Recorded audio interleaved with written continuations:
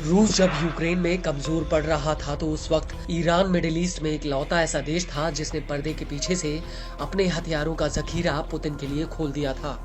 इस दौरान ईरान ने हजारों घातक कामिकेज ड्रोन्स रूस को सप्लाई किए थे, जिनके दम पर रूसी सेना ने यूक्रेन में वापसी की थी।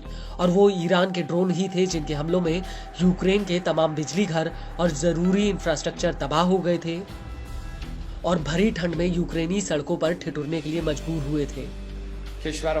हालांकि इसके बाद ईरान ने खुले तौर पर ऐलान कर दिया था कि वो रूस के भीतर अपनी एक ड्रोन फैक्ट्री लगाएगा जिसमें हजारों ड्रोन्स की मैन्युफैक्चरिंग होगी और ये ड्रोन रूसी सेना इस्तेमाल करेगी। लेकिन अब मिडिल ईस्ट में मौजूदा संकट को देखते हुए ईरान ड्रोन्स के मामले में एक कदम आगे निकल चुका है। दरअसल ईरानी नौसेना के कमांडर रियर एडमिरल अली रेजा तांसगिरी ने ऐलान किया है कि ईरान जल्द ही अपने सैन्य बेड़े में एक ऐसा घातक और एडवांस ड्रोन शामिल करेगा जिसका पूरी दुनिया में कोई तोड़ नहीं होगा। तांसगिरी का कहना है कि ये ड्रोन पूरी दुनिया को चौंका देगा। उनके मुताबिक इस ड्रोन को ईरानी सेना और रक्षा मंत्रालय ने मिलकर बनाया है।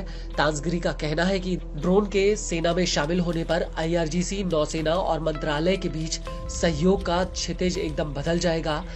ये ड्रोन दोनों पक्षों के सहयोग का आखिरी उदाहरण नहीं होगा, बल्कि इस ड्रोन की लॉन्चिंग से हम सेना और रक्षा मंत्रालय के बीच सहयोग को बदल देंगे।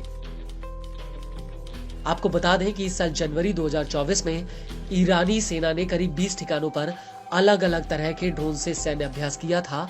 इसके एक महीने बाद ही सेना को स्वदेशी कामिकेज ड्रोन्स की डिलीवरी मिल गई थी और इसके बाद मार्च 2024 में ईरान के कमांडर ने कहा था कि सेना फारसी कैलेंडर के अंत में अपने सैन्य बेड़े में नई जनरेशन की मिसाइल और ड्रोन्स को शामिल करेगी। इसके कुछ ही महीनों बाद यानी सितंबर 2024 में ईरानी सेना ने दुनिया के सामने कई तरह की बैलिस्टिक मिसाइलों और नए कामिकेज ड्रोन्स को पेश किया था। आपको बता दें कि ईरान के नए कामिकेज ड्रोन्स की रेंज 4000 किलोमीटर तक है।